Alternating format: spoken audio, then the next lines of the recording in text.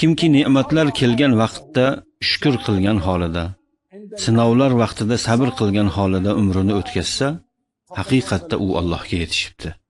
Aytilgan ushbu haqiqatda Allohni tanigan oriflar, Robboniy sofdil insonlar, nabiylar va shariat yo'lida yuruvchilar, shuningdek muridlar ishtirok etadilar.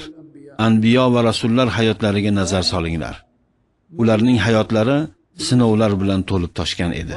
Go'yoki Alloh azza va jalla aytadiki, mening xos bandalarimga, do'stlarim, anbiyo va rasullarimga e'tibor beringlar. Men ularni yo'limdan uzoqlashtirganim yo'q. Sizlarni turli sinovlar bilan imtihon qilayotganim kabi ularni ham sinovdan o'tkazganman.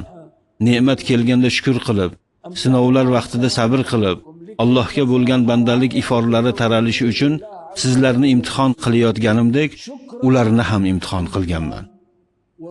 Robbimiz azza va jalla turli sabablarga ko'ra bizlarga ularning qissalarini keltiradi. Ulardan biz bilishimiz lozim bo'lganlari ham bor. Ana shunda bu narsalar bizlarga taskin beradi. Men Qur'onda Sayyidimiz Yusuf alayhisalomning qissalarini o'qiganimda o'zimni ovunib, undan taskin topganimni sezaman. Keyin Alloh azza va jalladan uyalib hayo qilaman. Men Sayyidimiz Yusuf oldida kim bo'libman?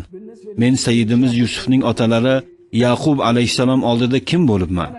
Ularga qancha sinov va imtihonlar bo'lgan-ku deyman. Shunday emasmi?